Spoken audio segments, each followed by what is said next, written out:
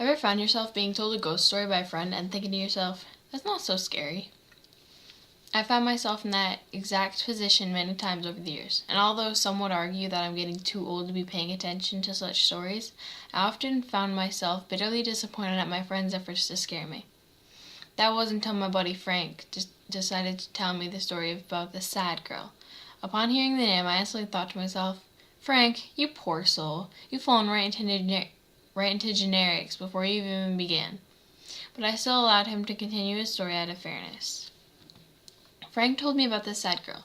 She wasn't a ghost or a monster. She was meant to be something different, something between this world and the next. Frank claimed she would appear on street corners, always crouched over and weeping, with her face hidden. Frank said that she could appear at any point, even broad daylight.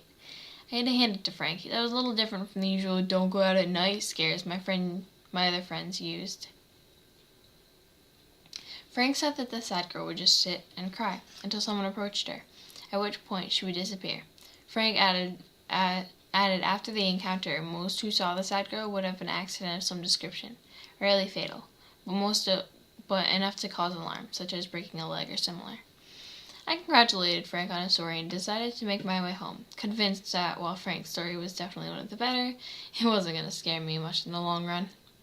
However, it only took a few moments to become unnerved when, much to my surprise, I found a girl sitting in the corner of the street, crying, her face hidden as she wrapped her arms around her knees. Part of me knew Frank must have decided to play a prank on me, and I was tempted to approach the girl. I intuitively backed away and promptly went in the opposite direction. The next day I called up Frank, and he claimed he never did anything. I let it pass, but I still suspect he's trying to scare me. Nevertheless, I tend to take the longer routes home these days, just in case.